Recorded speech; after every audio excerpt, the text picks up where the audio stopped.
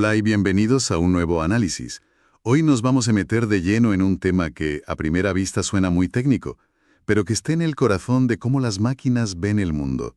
Los cortes de grafos, una herramienta clave en visión por ordenador. Para que nos hagamos una idea, pensemos en una foto cualquiera, una de una playa, por ejemplo. ¿Cómo sabe un ordenador dónde acaba la arena y empieza el mar? O dónde termina un edificio y empieza el cielo. Exacto. Pues una de las técnicas más potentes para hacer esa distinción, esa segmentación, se basa en esta idea de los cortes de grafos. Y hoy vamos a analizar un artículo de investigación muy interesante de Miao Yu, Shuhan Sheni, Zhang Jihu, que no solo usa esta técnica, sino que ataca uno de sus mayores problemas. El de cómo hacerla funcionar a gran escala, mucho más rápido y, sobre todo, sin que falle. Eso es. Exacto. Y es que el problema es enorme. Los cortes de grafos son en el fondo una forma de resolver una clase de problemas de optimización, lo que en matemáticas se llama minimización de energía, y se basa en un modelo llamado campos aleatorios de Markov. Esto se usa en muchísimas áreas, no solo en segmentar fotos. Claro. El reto es que hoy trabajamos con datos masivos, imágenes en 4K, vídeos, reconstrucciones 3D. El volumen de información es brutal. Y desde hace años los procesadores ya no son más rápidos, simplemente tienen más núcleos. Cierto, la velocidad de reloj se estancó. Así que la única salida es la computación en paralelo, dividir el trabajo en muchos trozos y que cada núcleo se ocupe de uno. Claro, la famosa estrategia de divide y vencerás. O sea que la misión de hoy es entender por qué esa estrategia que parece tan lógica a veces se estrella de forma espectacular en este campo. Y lo más fascinante, cómo la solución que propone este artículo es una idea casi herética. Si dividir da problemas, vamos a fusionar. Una idea totalmente contraintuitiva. Vamos a ver cómo volver a unir las piezas no solo arregla el desastre, sino que lo hace de una forma increíblemente inteligente. Venga, pues vamos a empezar por el principio. El algoritmo de referencia, el que todo el mundo usa y que se intenta mejorar, se conoce como el algoritmo Beca. Por sus autores, Boykov y Kolmogorov. Funciona de maravilla, pero tiene una pega. Es secuencial. Vamos que solo puede hacer una cosa a la vez, paso a paso. Para adaptarlo al mundo moderno de los procesadores multinúcleo, un método anterior, de Strandmark y Cal, proponía lo más lógico del mundo. Sí, la idea más intuitiva, si tienes una imagen gigante que matemáticamente representamos como un grafo, pues la partes en trozos más pequeños, los subgrafos, Y le das cada trozo a un núcleo del procesador. y que todos trabajen a la vez. Para que se comuniquen entre sí, eso sí, haces que los trozos se solapen un poco en los bordes. Suena perfecto, ¿verdad? Suena a la solución ideal. Más núcleos, más velocidad. Pero, claro, si fuese tan fácil no tendríamos este artículo delante. ¿Dónde está el truco? ¿Qué es lo que falla? Exacto. Pues fíjate, lo que falla es algo fundamental. El artículo lo llama el problema de no convergencia. No convergencia. Y es que, en la práctica, el algoritmo a veces se queda atascado, entra en un bucle infinito y nunca llega a la solución final. Vaya. Es como si los diferentes núcleos, trabajando en sus trozos, empezaran a discutir en las zonas comunes y nunca se pusieran de acuerdo. El artículo identifica dos motivos. Uno, que cada subproblema puede tener varias soluciones igual de buenas, y cada núcleo elige una distinta, creando un conflicto en los bordes. Ajá. Y dos, que para ir más rápido, el algoritmo usa una regla heurística, un atajo que no tiene una garantía matemática de que siempre vaya a funcionar. O sea que el divide y vencerás se convierte en un divide y entrarás en un bucle sin fin. Básicamente. Esto me parece alucinante. De hecho, el artículo lo ilustra con un ejemplo que es, bueno, es demoledor, el de la figura 1. Cogen una imagen de una costa y le piden que separe la tierra del agua. Con un solo núcleo, el método de toda la vida, perfecto. Tarda 0,060 segundos. Hasta ahí, todo normal. Lo esperado. Luego lo dividen en dos. Usan dos núcleos. Y es un 22% más rápido. Solo 0,047 segundos. Uno pensaría, ¡Eureka! ¡Funciona! Claro. Pero aquí es donde la cosa se tuerce de verdad. Lo dividen en tres trozos, tres núcleos. Y el tiempo se dispara a más del doble del original. 0,138 segundos. Es mucho más lento. Es que no tiene sentido. Y la guinda del pastel es que si lo dividen en cuatro, el algoritmo ya ni siquiera termina. Se queda ahí, calculando para siempre. Es que el problema es gravísimo. Y no es un caso aislado. La tabla I del artículo muestra datos de un experimento con 500 imágenes, en un escenario que ellos llaman subóptimo. En cuanto usas 4 núcleos, el 100% de los casos fallan. El 100%. Ni una sola de las 500 imágenes converge. 0. Es un fracaso total. ¡Qué barbaridad! Incluso si preparas la división de una forma más razonable, con 8 núcleos, casi el 30% de los casos siguen fallando. Y, claro, esto en el mundo real es inaceptable. No puedes usar un sistema de análisis de imágenes médicas que 3 de cada 10 veces se queda colgado y no te da un resultado. Claro, la fiabilidad es lo primero. Entonces, si el problema es que hemos dividido demasiado o mal, la solución que proponen es fusionar. Me parece una idea totalmente antiintuitiva. Si hemos dividido para paralelizar, volver a unir no es tirar por la borda esa ventaja. Esa es la reacción natural. Y ahí está la genialidad de la propuesta. Dicen, vale, la división paralela es buena, pero es frágil. Necesitamos una red de seguridad. Ajá. Y esa red es un mecanismo dinámico. El sistema está constantemente vigilando cómo va el proceso. Si detecta que 2 núcleos vecinos no se ponen de acuerdo en su frontera, que están atascados, en lugar de seguir insistiendo, simplemente fusiona sus 2 subproblemas en uno más grande y se lo da a un solo núcleo para que lo resuelva. Vale, entiendo el concepto. Es como si 2 equipos que montan una parte de un mueble de IKEA se atascan al intentar unir sus 2 módulos. Buena analogía. En lugar de seguir forzando las piezas, llega un supervisor, junta los 2 módulos y las instrucciones y se encarga él de esa unión. Pero, ¿cómo funciona exactamente esa fusión a nivel técnico? ¿Es complejo? Pues es sorprendentemente sencillo. Lo ilustran en su figura 2. Coges los 2 subgrafos vecinos y literalmente los unes. Los vértices y las aristas de ambos se combinan en un nuevo subgrafo más grande y la única regla un poco especial es para las conexiones que estaban justo en la zona de solapamiento. Sus capacidades, que son los costes o pesos de esa conexión, simplemente se suman. Ah, es una operación muy limpia entonces. Muy limpia, sí. De acuerdo, pero me surge una duda clave. El sistema tiene que saber cuándo está atascado para decidir actuar. No puede hacerlo al azar. ¿Cómo detecta ese momento exacto? Muy buena pregunta. Proponen una estrategia bastante elegante en su algoritmo 1. El sistema lleva la cuenta de los desacuerdos en las zonas de solapamiento. Es decir, píxel a píxel, mira cuántos están siendo clasificados de forma diferente por los 2 núcleos vecinos. Vale. Esa es la señal de alarma. Exacto. Significa que ha entrado en un bucle que está atascado. Sí. Y en ese preciso instante se activa el protocolo de fusión para esos 2 subgrafos. Vaya. Es un mecanismo de detección de estancamiento. Y la consecuencia de esto, supongo, es que te da una garantía que antes no tenías. Exactamente. Te da una garantía de convergencia a prueba de balas. Piensa en el peor escenario posible. El sistema empieza a fusionar, pero los problemas continúan en otras fronteras. ¿Podría pasar? Pues sigue fusionando. Y si hace falta, seguirá fusionando hasta que solo quede un único grafo. El original. Sí. Y sabemos que el algoritmo secuencial original sobre el grafo completo siempre encuentra una solución. Ah, claro. Así que este nuevo método, aunque sea por agotamiento, tiene garantizado que va a terminar. Se acabó la incertidumbre. Un momento. Sigo dándole vueltas a mi duda anterior. Si fusionamos 2 trozos, ¿qué pasa con todo el cálculo que ya se ha hecho?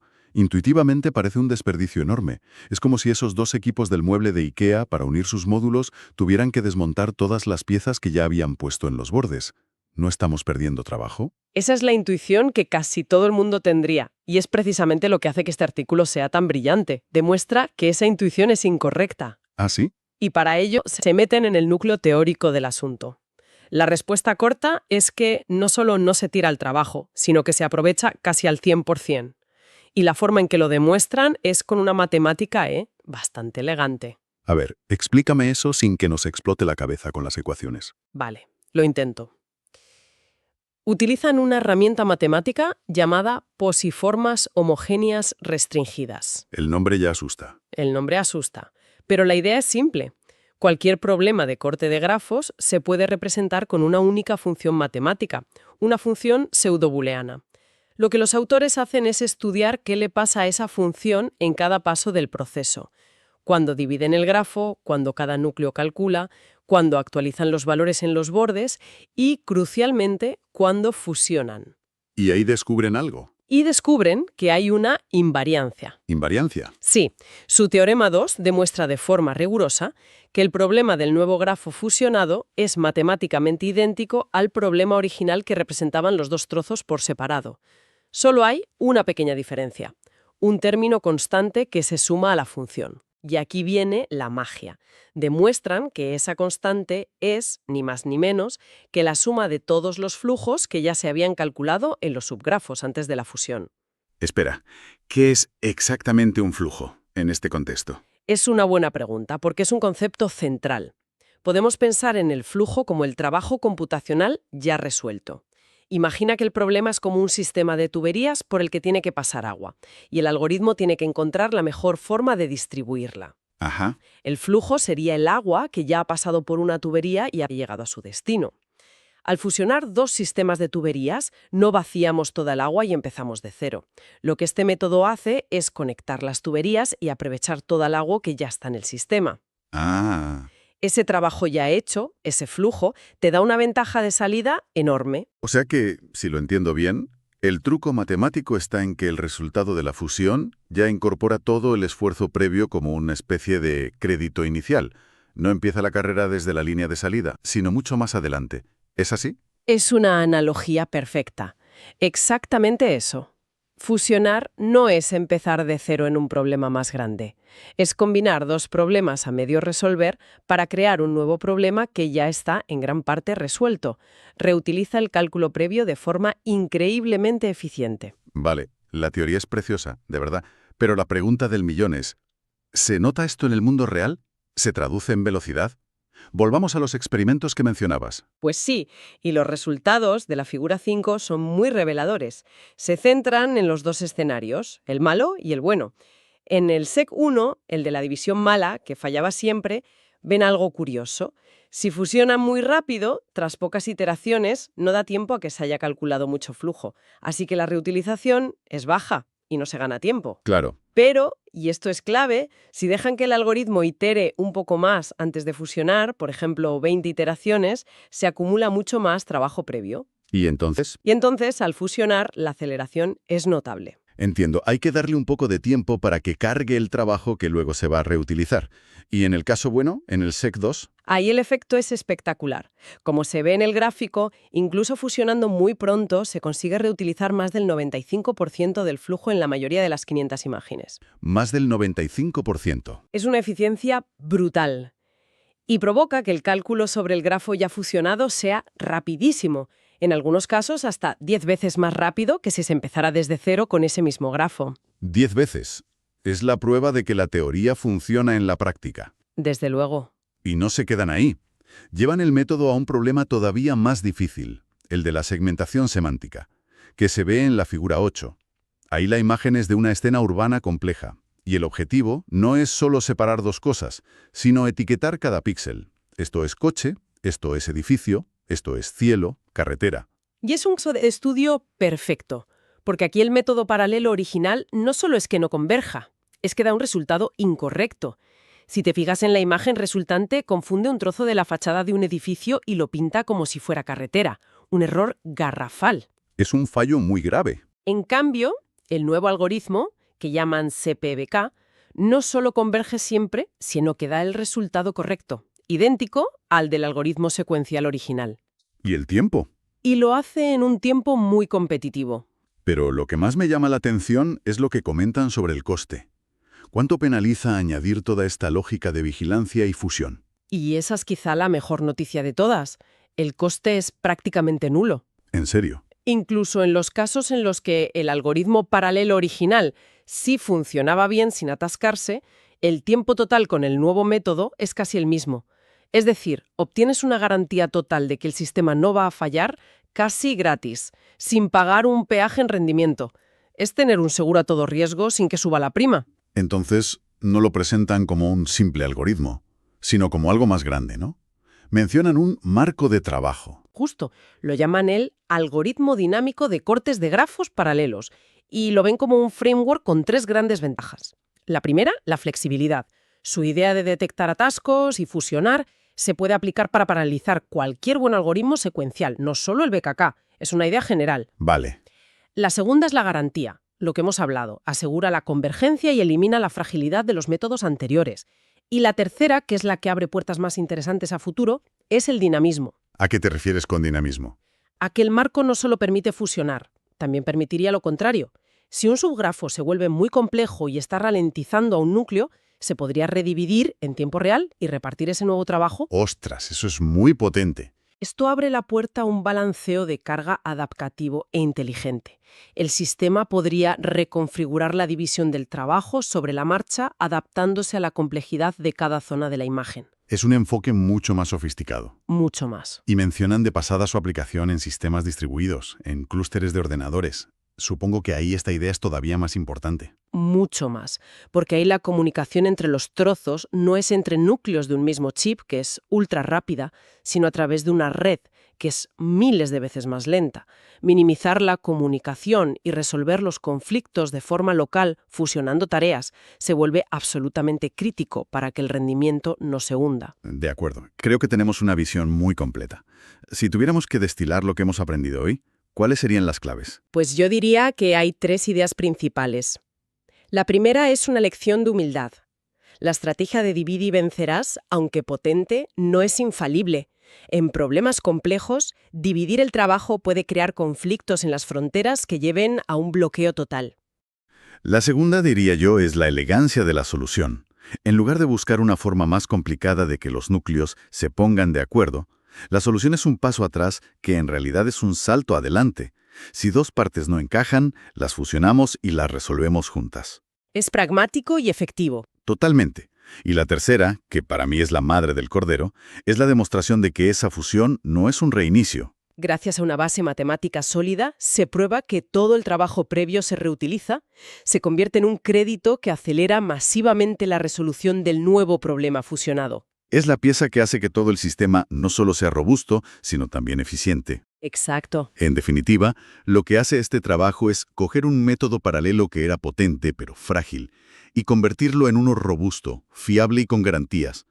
Y eso es fundamental para poder aplicar estas técnicas de visión por ordenador a los problemas gigantescos que tenemos hoy. Desde analizar horas de vídeo de alta definición a interpretar imágenes médicas en 3D, donde un fallo no es una opción. Es un paso de madurez para la computación paralela en este campo. Sin duda. Y me quedo con una reflexión final. Este enfoque dinámico de dividir y, si es necesario, fusionar, me parece muy potente. Y me hace pensar en cuántos otros ámbitos, más allá de los ordenadores, nos obsesionamos con dividir los problemas en partes cada vez más pequeñas, en especializar cada vez más. Quizás a veces la solución no es seguir dividiendo, sino tener la inteligencia y los mecanismos para saber cuándo es el momento de volver a unir las piezas y mirar el problema en su conjunto, ¿no crees? Totalmente de acuerdo. A veces la solución más elegante no es más división, sino una fusión más inteligente. Pues con esa idea nos quedamos. Muchísimas gracias por acompañarnos en este análisis. Hasta la próxima.